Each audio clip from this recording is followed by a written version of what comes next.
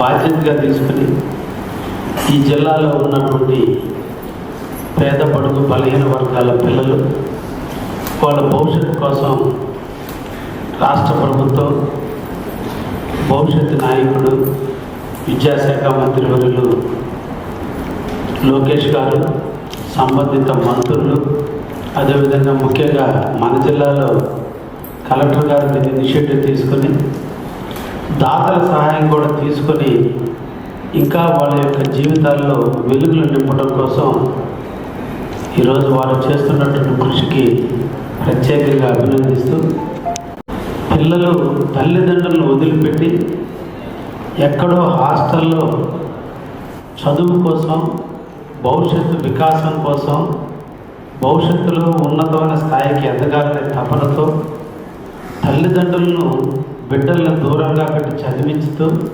అదేవిధంగా చిగురించేటువంటి వయసులో ఉన్నటువంటి పిల్లలు తల్లిదండ్రుల దూరంగా హాస్టల్లో ఉండి చదువుకుండి ఉన్నతమైనటువంటి విలువలతో ఉన్నతమైన స్థాయికి ఎదగాలని తపన పడుతున్నటువంటి పరిస్థితుల్లో ఈరోజు రాష్ట్ర ప్రభుత్వం ఎన్నో రకాలుగా వారికి చేయూతనిస్తూ ఈరోజు మళ్ళా మన జిల్లాలో వినూత్నమైనటువంటి పద్ధతుల్లో ప్రభుత్వ నిధులు, సిఎస్ఆర్ నిధులతో ఈ రోజున హాస్టల్ అన్నింటినీ కూడా ప్రైవేటు వసతులకి ఎక్కడా కూడా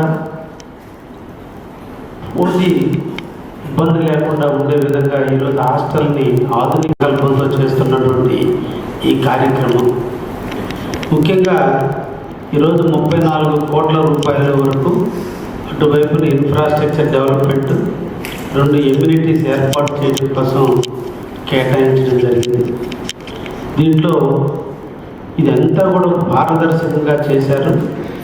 నేను దీంట్లో ఈ సందర్భంలో ఒక 2-3 విషయాలు మాత్రమే మీ దృష్టికి తీసుకురావాలనుకుంటున్నాను. హాస్టల్స్లో కూడా చాలా ప్రాంతాల్లో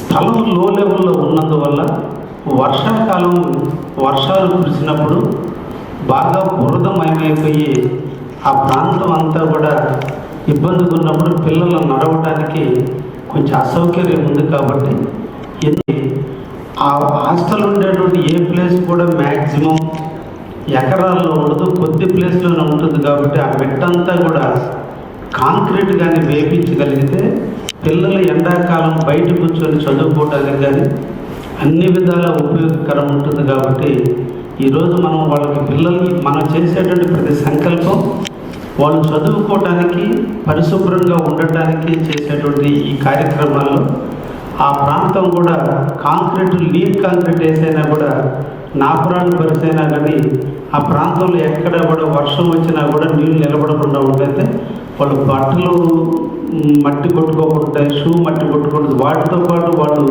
రూమ్స్లోకి వెళ్ళి ఆ మట్టి అంతా తొక్కి మళ్ళా మరుసనాడు ఉదయం వచ్చి స్వేపర్ చిమ్మేంత వరకు ఆ మట్టితో పిల్లలు ఉంటున్నారు. కాబట్టి ఈ ఇన్ఫ్రాస్ట్రక్చర్ దాంట్లో అది కూడా ఒకటి డెవలప్ చేస్తే బాగుందనేది నా యొక్క అభిప్రాయం. సమ్మర్ బాగా వచ్చింది కాబట్టి మీకు వాస్తవంగా ఇప్పుడు గ్రౌండ్ లెవెల్ తెలిసింది చాలా దగ్గర. 10 నుంచి 11 సంవత్సరాల వయసు వచ్చి ఈరోజు కౌమార దశలో వచ్చేటువంటి ఈ టైంలో పిల్లలు తప్పుదారి పట్టకుండా వెనకెత్తున ప్రొటెక్షన్ ఉందని మనకు కూడా వాస్తవాలు తెలుసుకోవడానికి ప్రతి హాస్టల్స్లోనూ సీసీ కెమెరాలు కూడా ఏర్పాటు చేసి ఇది వార్డన్ పరిధిలో కానీ ఉంచగలిగితే ఇంకా కూడా పిల్లల్లో ఒక క్రమశిక్షణ పెంచుకునే దానికి కూడా అవకాశం ఉంటుందనేది నేను ఈ సందర్భంగా తెలియజేస్తున్నా. అదేవిధంగా హాస్టల్స్ చుట్టూ కాంపౌండ్ వాల్స్ లేని ప్రాంతాలు ఏవైతే ఉన్నాయో వాటిని చూసి ఆ కాంపౌండ్ వాల్ ఏర్పాటు చేయడం, ఆ కాంపౌండ్ వాల్స్ మీదనే సోలార్ లైట్లు ఒక్కొక్క లైట్ మొత్తం పోతుతో కలిస్తే 6 లేదా 7,000 రూపాయలు అవుతుంది. ఆ సోలార్ లైట్ కానీ వేస్తే కరెంటు ఖర్చులు కూడా లేకుండా పిల్లలు ఆ ప్రాంతం అంతా నైట్ కూడా వాళ్ళు బయటకు యూరిన్కి రావాలన్నా దేనికన్నా భయంగా లేకుండా సోలార్ లైట్లు వెలుతురులో బయటికి రావడానికి అవకాశం ఉంటుంది. కాబట్టి అటువంటి చిన్నవి కూడా ఏర్పాటు చేస్తే బాగుంటుంది అనేది ఒక సూచన.